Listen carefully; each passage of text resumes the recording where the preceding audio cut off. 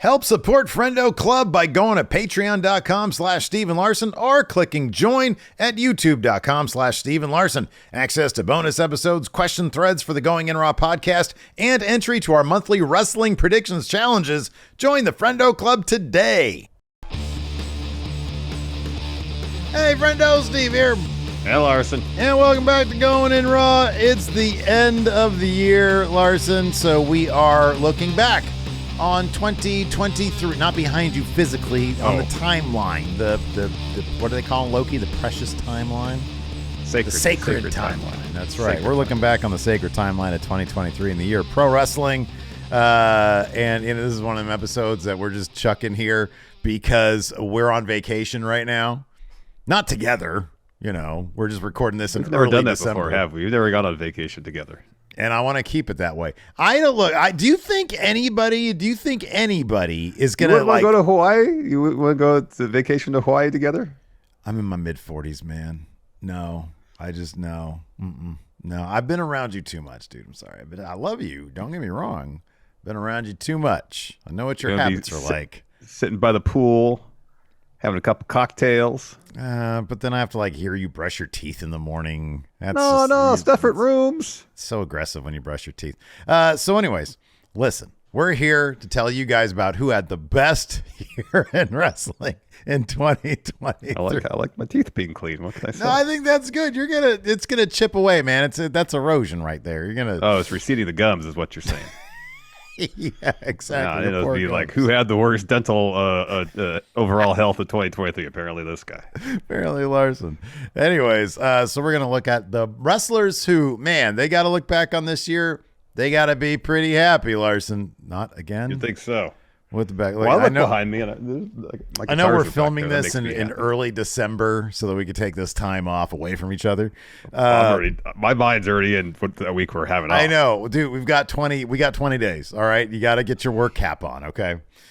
Anyways, so yeah, which wrestlers had the best 2023? Larson, Yes. You explained to me when you were putting together this list, and I was off waiting for my dishwasher to show up. You were telling me that you thought there's a lot of people who had a really good 2023. Yeah, so there's 10 names, in fact, listed on the official list. We have some more honorable mentions. It's entirely conceivable that if you wanted to, you could take out a name that we put on the official list and switch it out with anybody on the honorable mentions. And I don't think anybody would argue about it. This is a really good year for professional wrestling, and a lot of wrestlers had really, really, really good years. Yeah, I am kind of, okay, yeah. I'm looking at these honorable mentions, and you have a very good point. Like, any of these names could have been swapped with kind of like anybody on the actual list. So we'll talk about the honorable mentions when we're done with the top 10 here. So we'll just dive into it. Number 10. CM Punk. Wait a second, Larson. Hold on. What? You hold on. No, you made the list. I'm supposed to be confused. He got fired from AEW this year, Larson. What a terrible year that was. But he got to wrestle again. He got his own show, Steve. He got to run his own show. AEW Collision. He got that. Yeah, he got. And yes, he got fired, but I think in the end, he ended up maybe where he wanted to be all along, which is in WWE, and that's a win for Phil Brooks.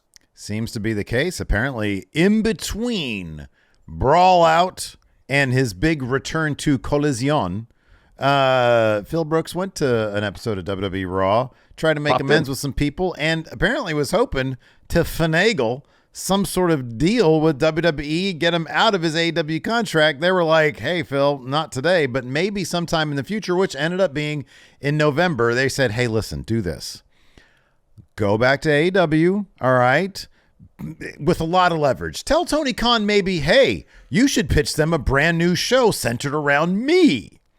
But then threaten a lot of people backstage and act like an out-of-control egomaniac.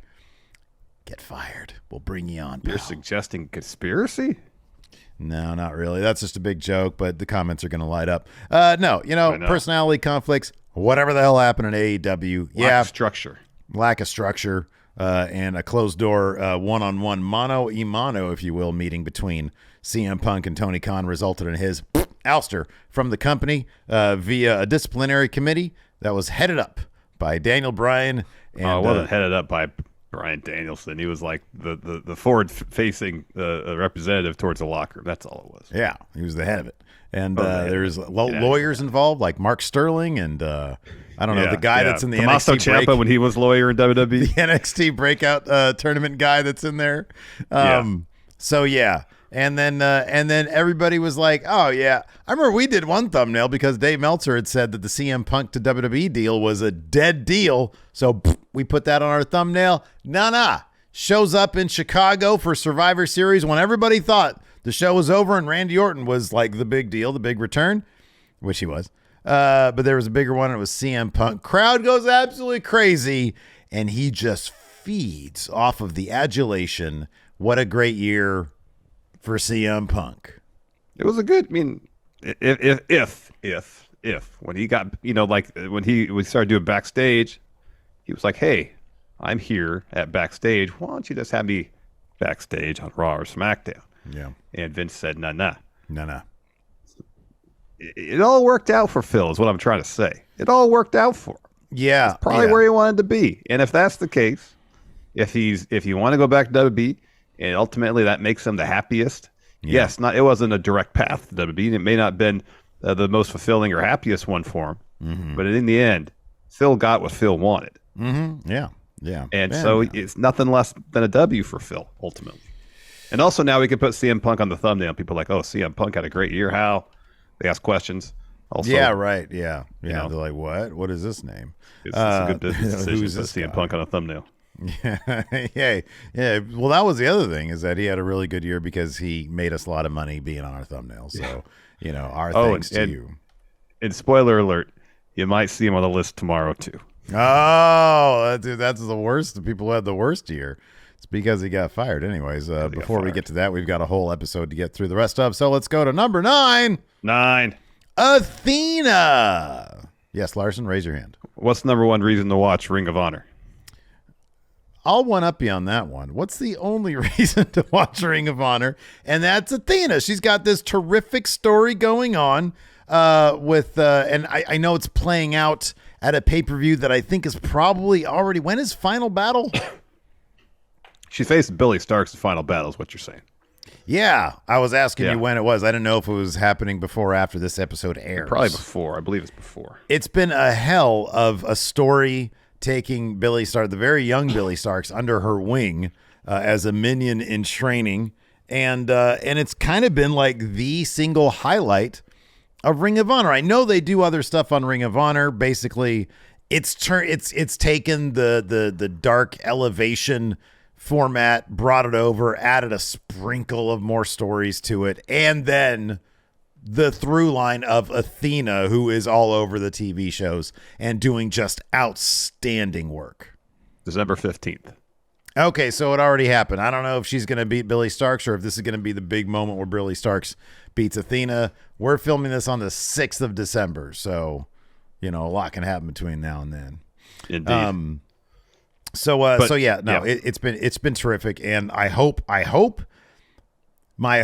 is that maybe Billy Starks will have beat Athena, and that will propel Athena up to cable television.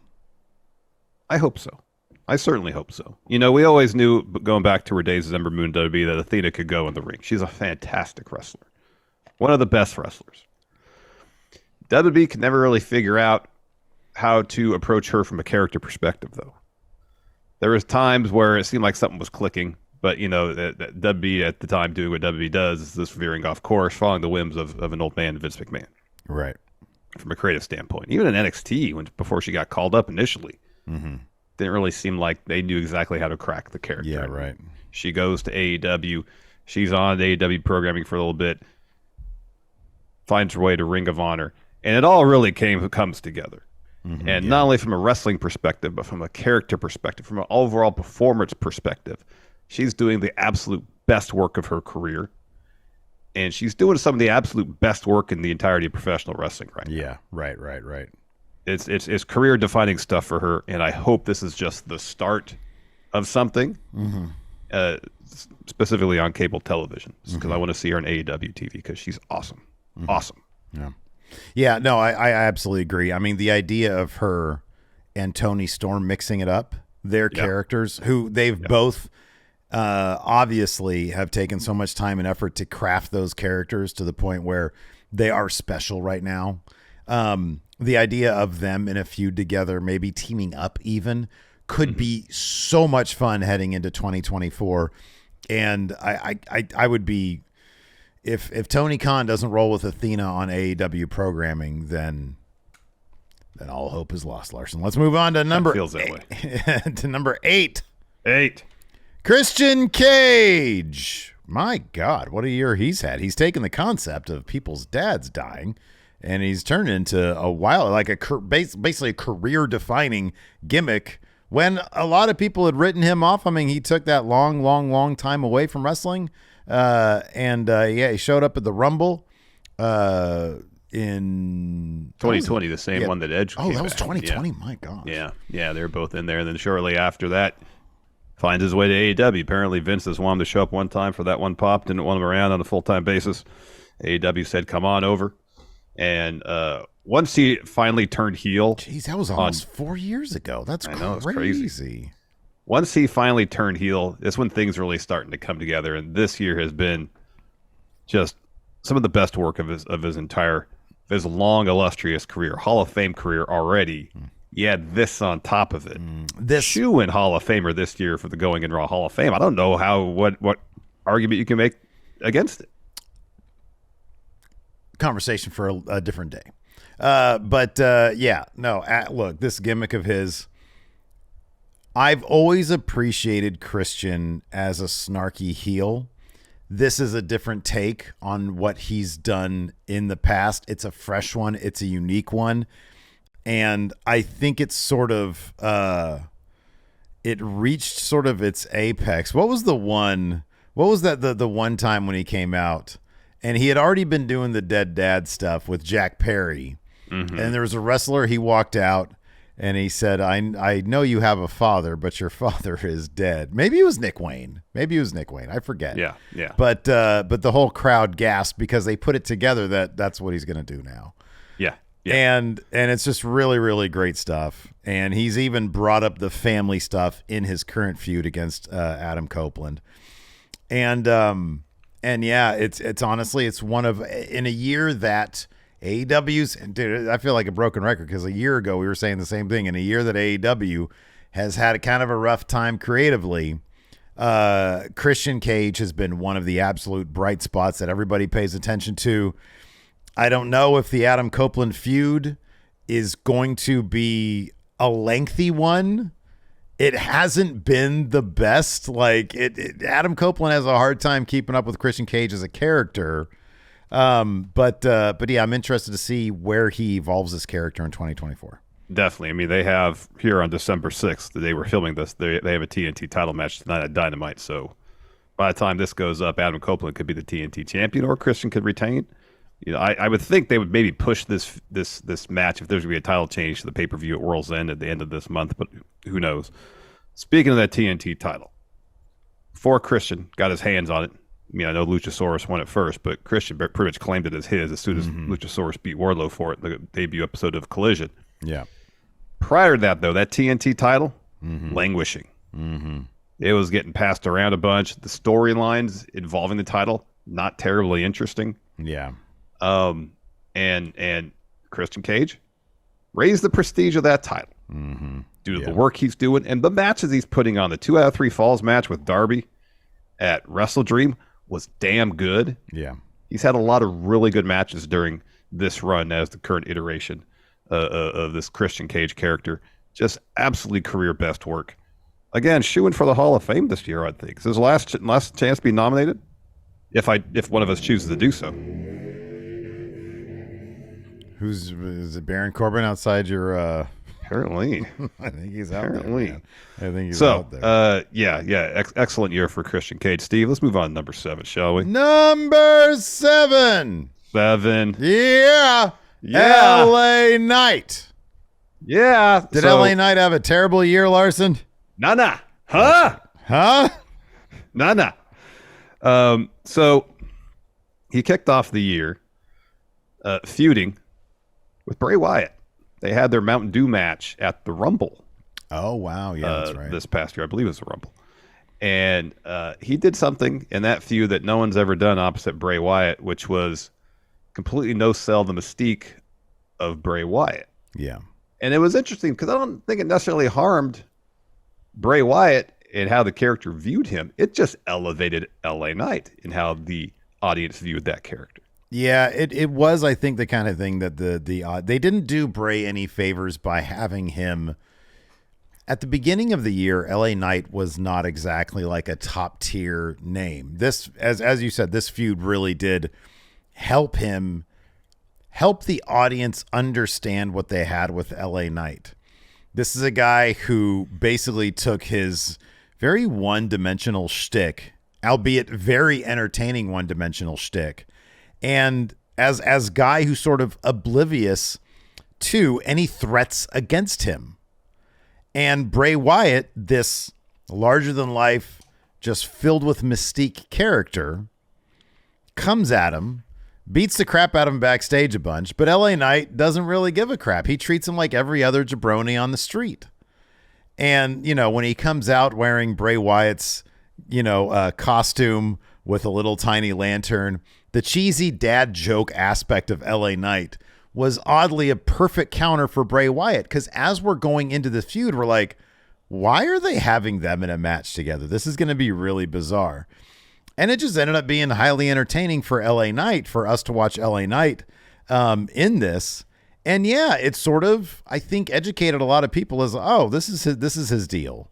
He just no-sells everything, and that kind of makes him, it was kind of like The Rock. Like The Rock, there was a spell when Rock, he just wouldn't give a shit. It doesn't matter, all that kind of stuff. Yeah.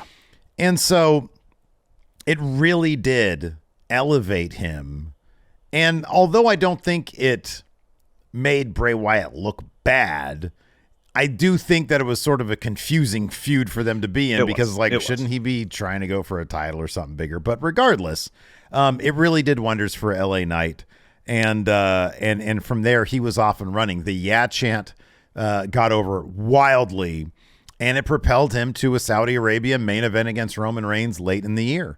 And for the fifth month running, he was the top merch seller again, just recently. And it seems like he's in a bit of a cool down feud with the remnants of the bloodline, but I kind of expect come WrestleMania season, he might, as you've said many times, might get a shot at that U.S. title against Logan Paul.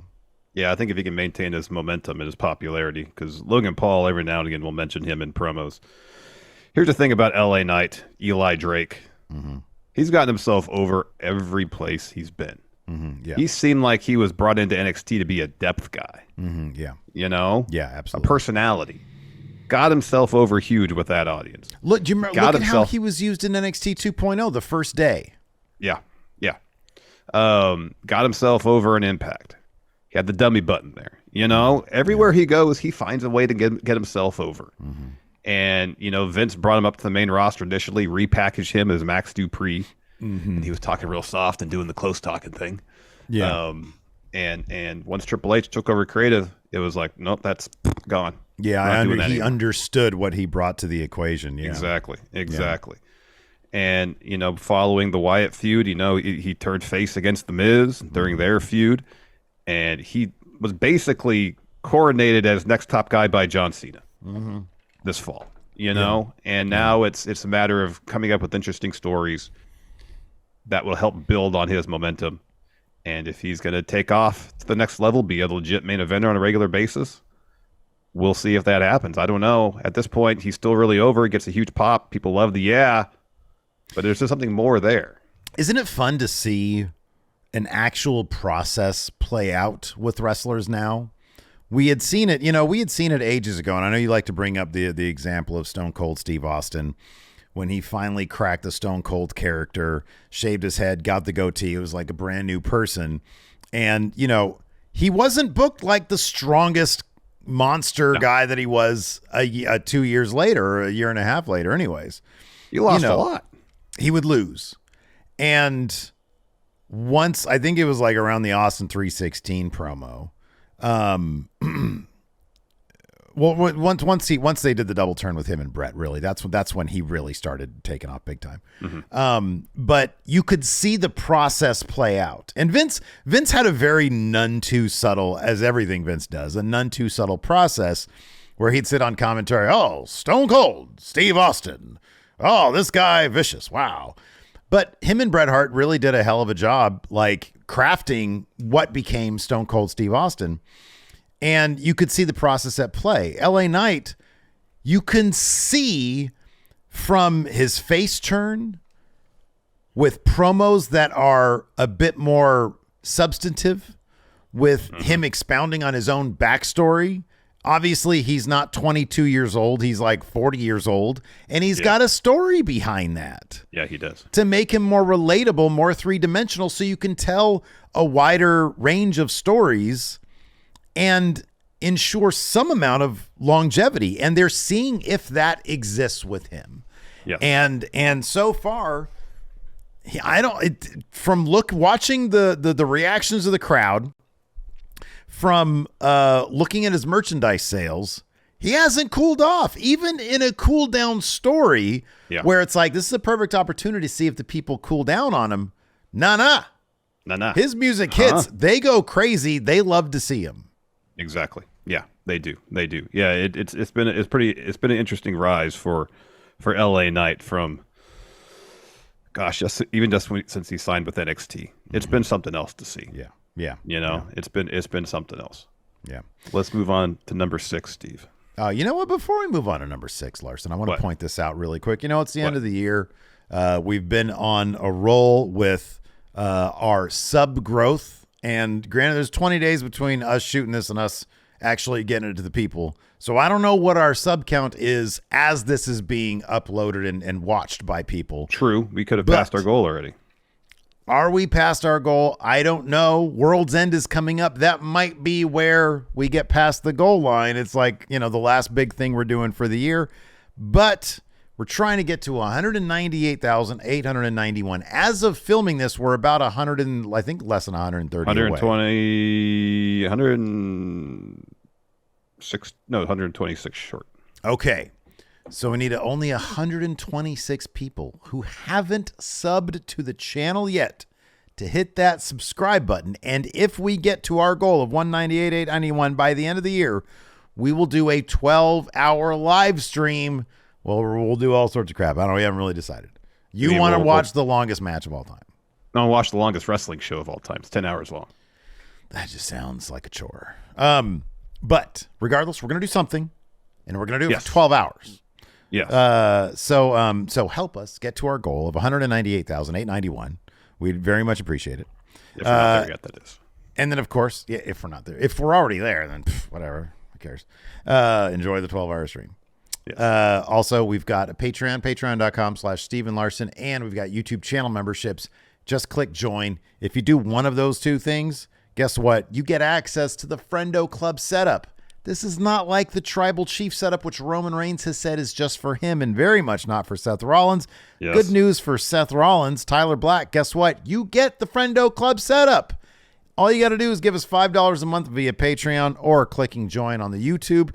Bonus shows, question threads, and of course, access to our huge predictions challenges every single month, even as we film this.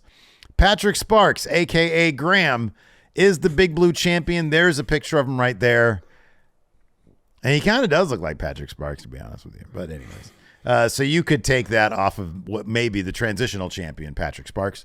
So be sure to get the Friendo Club set up. It's for everybody.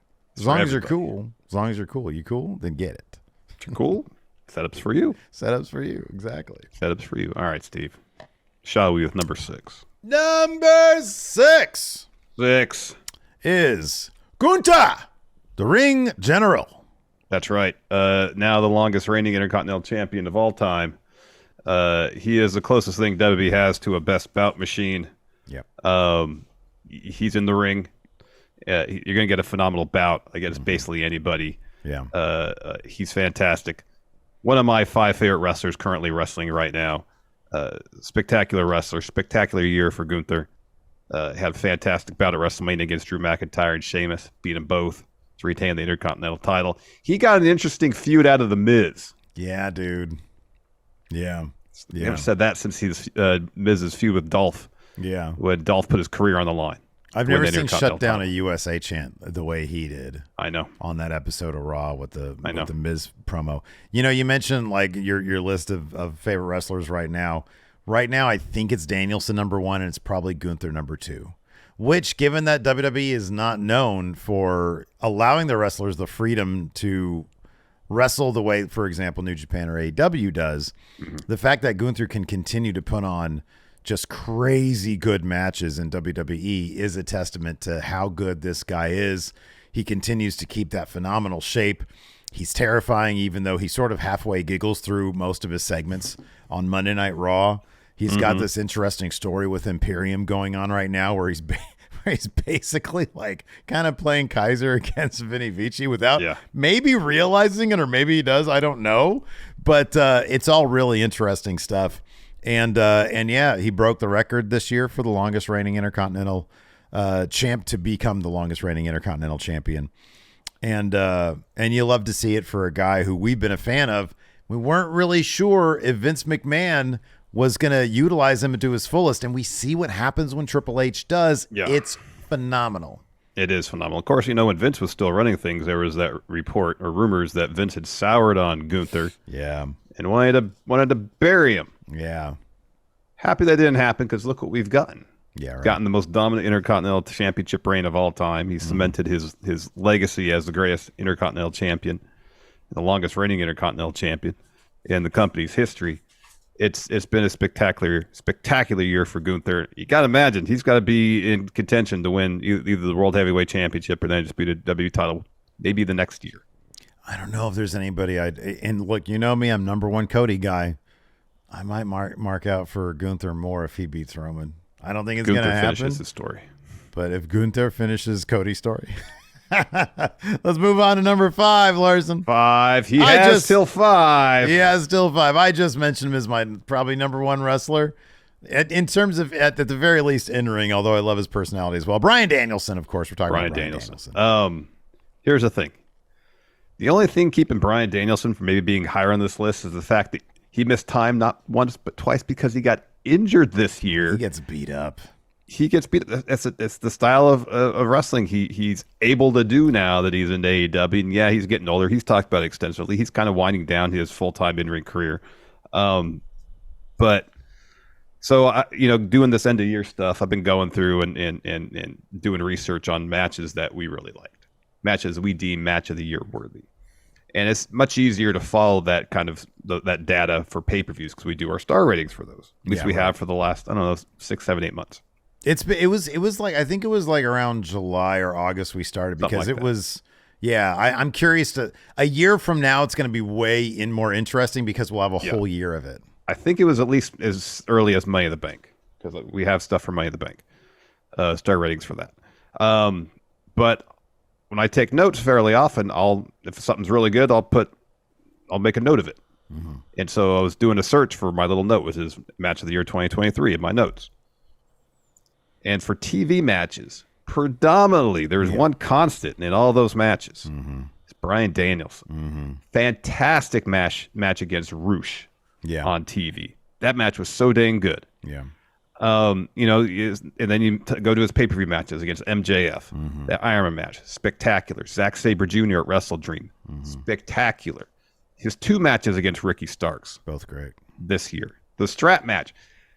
The way that strap match went down, you would have thought this was the blow-off to a blood feud that had gone on for years. Yeah, right. The match was set up a week before. Yeah. And it speaks to the talents of Ricky Starks and Bryan Danielson. They were able to bring the intensity and the story of that match for a match that had basically no build. Bryan Danielson understands the language of pro wrestling in the ring maybe better than anybody. Even the match, again, we're filming this in early December, that he had just recently against Eddie Kingston. Yeah. Which was just a phenomenally entertaining match. And he boils everything down to its bare essence. And he boils it down to literally the stuff that makes the story the most compelling. Yes. And he's so damn good at that. That he's absolutely, and it's such a shame that this is going to be like probably his last year that he is a full-time wrestler. I was watching on Twitter, somebody had posted the highlights from his 2018 Brock Lesnar match. It was one of the first matches he had when he came back. It's so hard to watch because Brock is throwing him all over the place. I know. But Bryan is just doing such great character work in the ring. He's doing a little bit of the animal stuff. And he's like, he's running away from Brock, and then Brock finally catches up with him and starts throwing him everywhere. And you can tell he's having the time of his life, but he's getting dumped on his head over and over again, which, that's just what he does. And you look at him now, and he's got the eye patch, and they're telling the story, I guess, now with the eye, which they've been doing apparently the last 20 days, because that was 20 days ago. Yeah, and he broke his arm this year, so he's probably got some hardware in his arm too. Mm-hmm. Yeah, it's been a hell of a year, and fought through injuries, and if this is his last year as a full-time competitor, he's doing it the way he wants to, and putting on spectacular matches and proving that yet again that he is one of, if not the best wrestler in the entire world. Yep, I agree. Let's move on to number 4. Rhea Ripley. She has undoubtedly been one of the biggest benefactors of the change from Vince McMahon to Triple H. Triple H obviously has seen the vision for Rhea Ripley and what she can be, and that has been executed to perfection.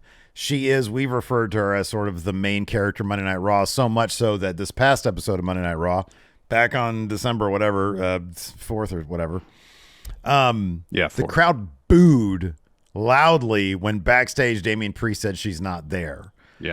She is wildly over. Every pay-per-view match, she looks like an even bigger star than she was before, which is kind of makes it unfortunate that like the actual feuds during her title reign have not really been all that great, but it's honestly because she has built up such star power that there's not a lot of people there to counter her. I hope that they really start feeding her the bigger names like the Becky Lynch's, the Biancas, the Charlottes, Yeah, I would expect Becky to be her opponent at WrestleMania. That would be my hope and my expectation.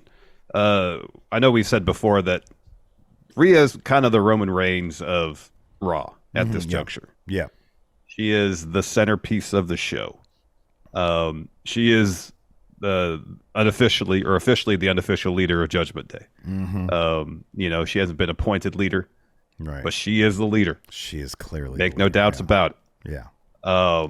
And she's been doing absolutely fantastic character work. Again, ever since Triple H took over, the things really came together this year for her, just like they have for all of Judgment Day. Yeah, right. Yeah. The chemistry between the 4 of them, now 5 of them, I guess, with JD, is off the charts. You can tell they all legitimately enjoy spending time with one another. You see them on social media. They're driving town to town together. Mm-hmm. Hanging out together. That builds chemistry, and that's evident on television. And Rhea, week after week, is the focal point of all of that. Yeah, right. Yeah. And you're right about the feuds. The feuds haven't been as interesting or as involved as you would expect from someone who's being angled to be a focal point of a show. And it's an interesting kind of a juxtaposition where she's by far the focal point of Raw. By far. And yet the feuds that she's been involved in, it's almost like they say this on TV, that Rhea's got so much she deals with on television between Judgment Day business, seemingly recruiting more people for Judgment Day, playing angles on Raw to benefit Judgment Day, that, as Zoe Stark put it, Rhea takes her eyes off defending the title. Yeah. And that could be, from a storyline, it's not like she's afraid. She was in a match with 4 other women and was telling them to bring it on. Awesome. She's not afraid to bring the fight to anybody. Yeah, right. But I guess if you want to kayfabe the reason why maybe her feuds haven't been the best, she's got like 10 different things going on all the time. Yeah. Being champion is one of them. Yeah. Asserting Judgment Day dominance is tops for her. Yeah. Yeah. Like she says all the time, if they look weak, it's a threat to all of us, including her. Yeah. So they have to maintain a position of strength, and that's their number one duty as leader of Judgment Day, not defending that title necessarily. That's why the comparison to Roman Reigns is a really good one. It's really apt because Roman Reigns and his title is only part of the larger picture. It's the title is the money, right? But the empire, Reigns is legitimacy, right? but the empire is the most important thing. So you got to manage all that. Yeah. And that's what she's doing Judgment Day. And it's not a coincidence, I don't think, that she constantly references the fact that the bloodline is crumbling. She is the Roman Reigns of Raw. And I love that they treat her in that way. And I think she's just doing absolutely special work right now. As a performer, she realizes finally who her character is and why it works so well. And they're just absolutely running with it, and you love to see it. Absolutely. All right, let's move on to number 3. 3. Swerve Strickland. Man, oh man. I don't even know what he was doing before the beginning of this year, but there seemed to be a moment this year where it just sort of clicked. Maybe you know what it was, Steve? It was when Swerve got rid of Parker Boudreaux and Trench. Yeah. That was named Trench? I think so. I think so. Yes, it was Trench. It was Trench, and brought in the embassy to be his faction. So that's when it all really shifted. From a performer's standpoint, there seemed to be something with him that clicked, where he understood this is the place where wrestlers are given freedom, which can be a blessing or a curse. Because if you're standing around waiting for people to tell you what to do, that ain't going to happen. Nope. But if you take the initiative and you create your own path, you'll be given the time and opportunity to do so. And nobody has taken more advantage of that opportunity than Swerve Strickland, to craft his character, to craft the characters around him, to have moments that go viral, to have Prince Nana go viral, to expand the music stuff and fold that into his character. And it seems like he's on pace in 2024 to become AEW World Champion. Yep. And it seems like it's the kind of thing where, yes, Tony Khan is giving him that opportunity, and he is going with a hot hand right now. But Swerve Strickland seemingly has been responsible for crafting that hot hand. And 2023 was the year that he made it happen. And he is, thanks to feuds that have been really, really good, crafting those moments. Yeah. The AR Fox Swerve heading to the Wayne compound and cutting up Nick Wayne. That was a memorable moment. Going to Hangman's house. He understands that away from the ring, you need that one thing that becomes the fulcrum point of the feud. And then you have a killer match, which he's had tons of so far. Tons of. Yeah. It's been,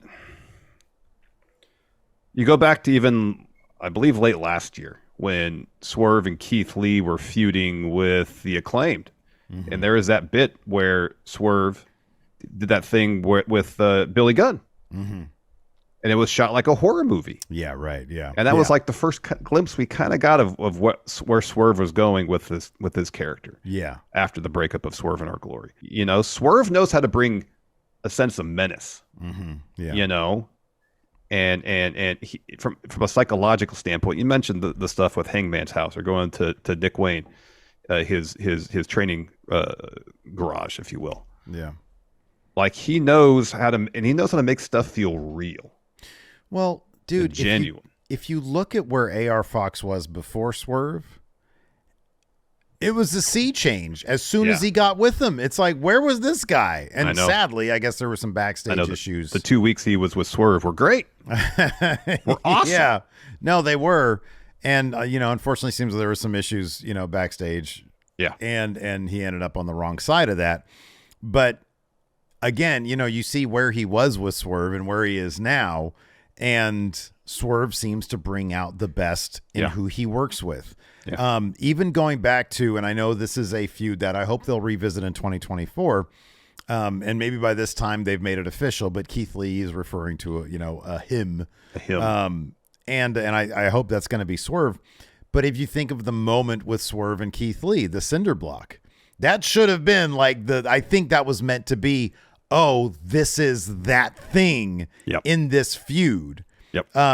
And you have to appreciate a guy who understands that pro wrestling is more then what happens between those ropes? Yep. There's a whole universe, there's a whole world of stories that you can tell, that you can use to inform what happens inside the ring by crafting. I think I read something the other day where he mentioned that part of the inspiration for his character was Wesley Snipes in Demolition Man. Yeah, saw that too. Which is a wonderfully well-informed, when you can draw that kind of inspiration and you have that clear idea of who your character is, you love to see it. I always felt the same way about Samoa Joe. I'd love to know, and I've never heard him speak on it, but what's like the core inspiration for your character, Yeah. The other thing about Swerve is that he'll take setbacks, losses, and he'll use them to motivate where the story's going. We just saw this recently after he beat Hangman.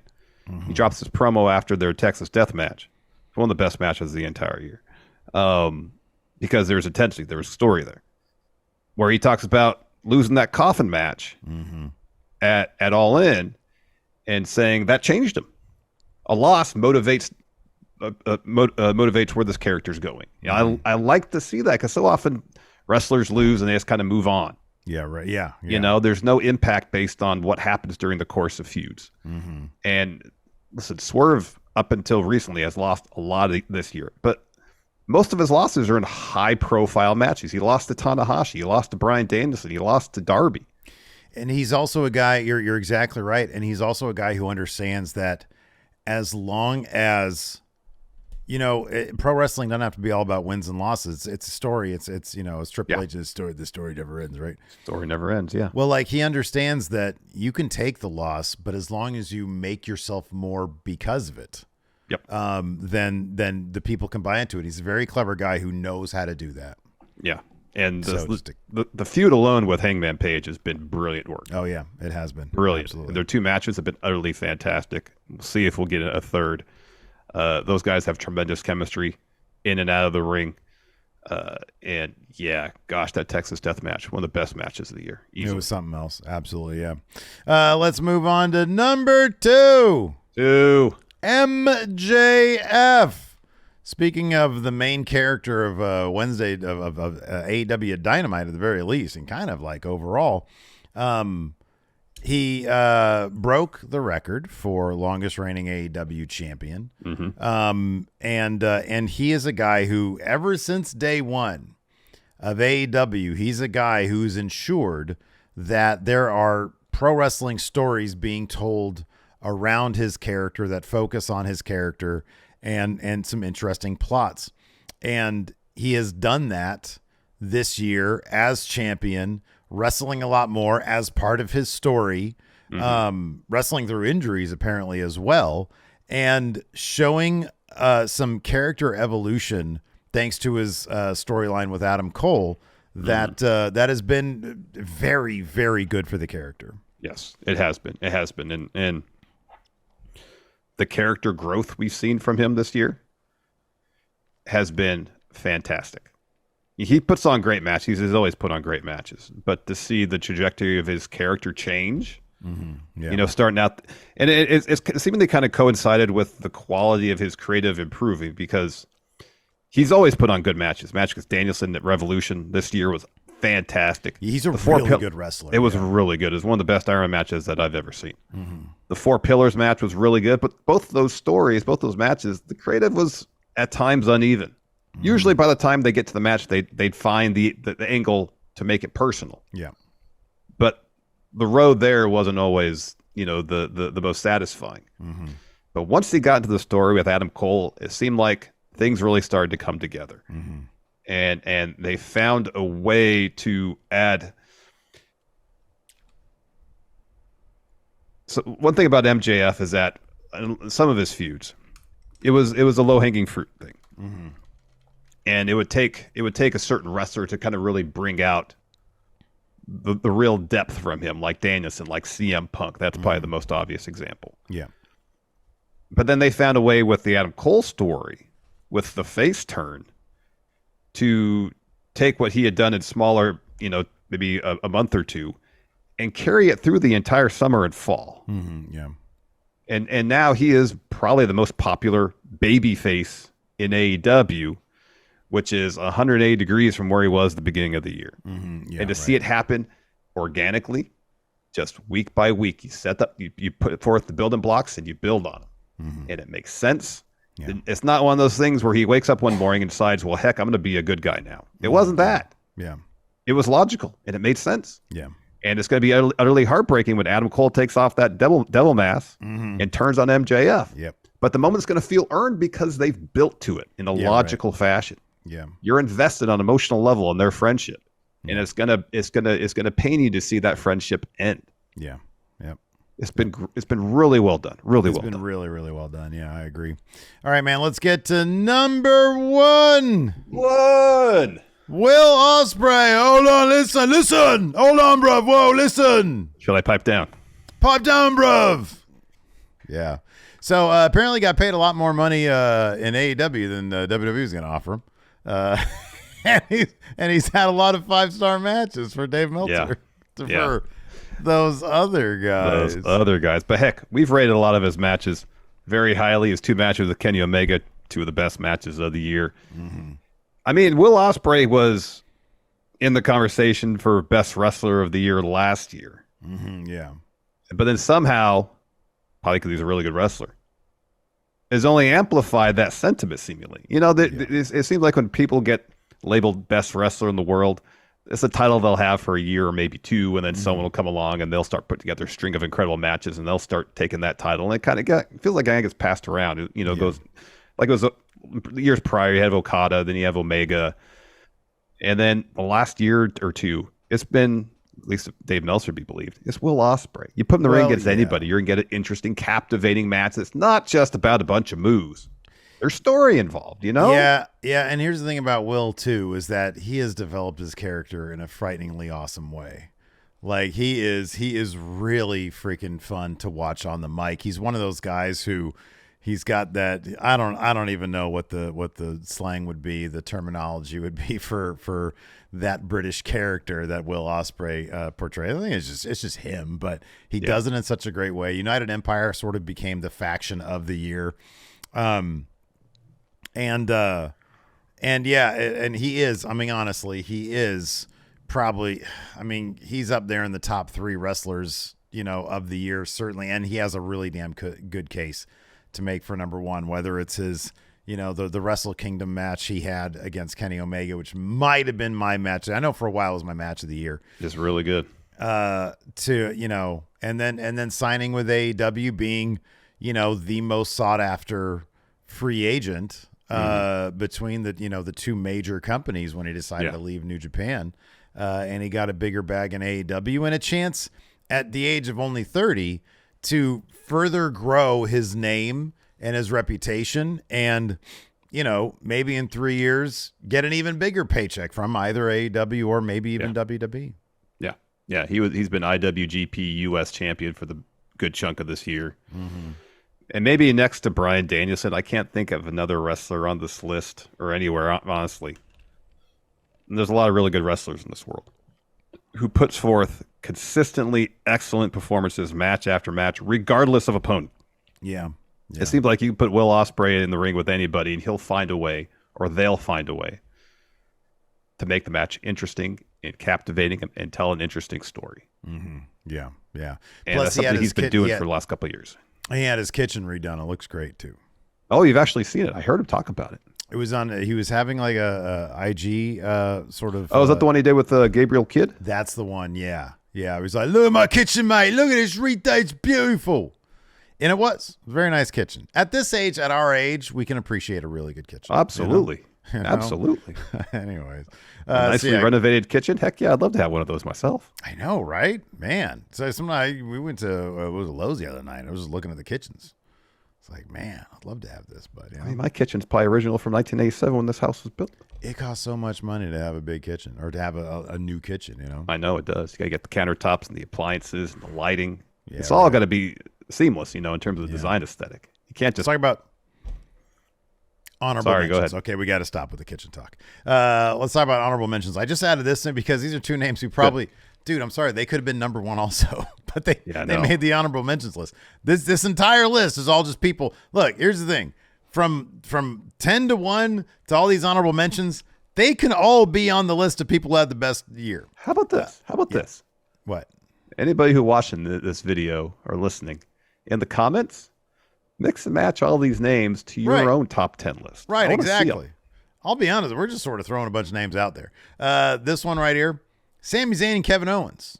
Yeah, great year. Oh my God, they main evented the first half of the year. Yeah, main event at night one, WrestleMania.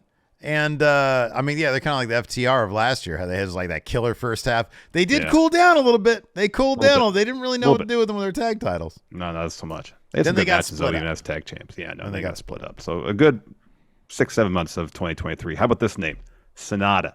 Oh, yeah. I know we don't cover New Japan that much anymore, but to see him finally win the top title over there after years of trying and after years of failing to beat Okada in title opportunities and to finally beat him at Sakura Genesis. Yeah. It's a pretty huge year for Sonata. He's got his own faction. I think it's just 4 guys now. Oh, 4 guys. I think one of them left. I can't remember who. Oh, wow. Did you see that Ren Narita joined House of Torture? Just happened. Oh, yeah. I read somewhere they picked up like 3 people during the tournament. Gates of Agony joined one day and then turned on him another day. Turned on him. That's right. Yeah, that's right. Yeah. Also, the thing about Sonata is that he de-aged. Somehow he looks like he did like 10 years ago. It's weird. I know. It's crazy. Also, Ricky Starks, current as of now, as of filming this, AEW Tag Champion with his best friend Bill Big. Actually, they're not friends. I don't even know when their birthdays are. No. But it doesn't matter. They're tag champions, increasing his brand. He's a guy. I don't know. I looked up some stuff. His contract might be up in 2024. It's possible we might see him join his best friend Cody Rhodes in WWE in 2024. They are friends, confirmed. And once Collision got off the ground, it was clear immediately that Ricky Starks was one of the centerpieces of that show. Oh, his other best friend, CM Punk, is over there in WWE now. That's true. Even more reasons to head to the Fed. Yep.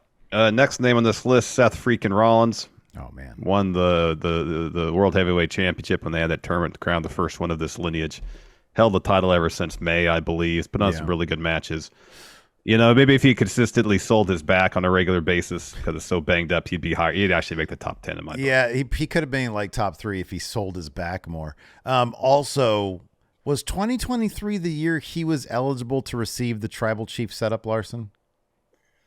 Well, Steve, he's never been eligible to receive the Tribal Chief setup, has he?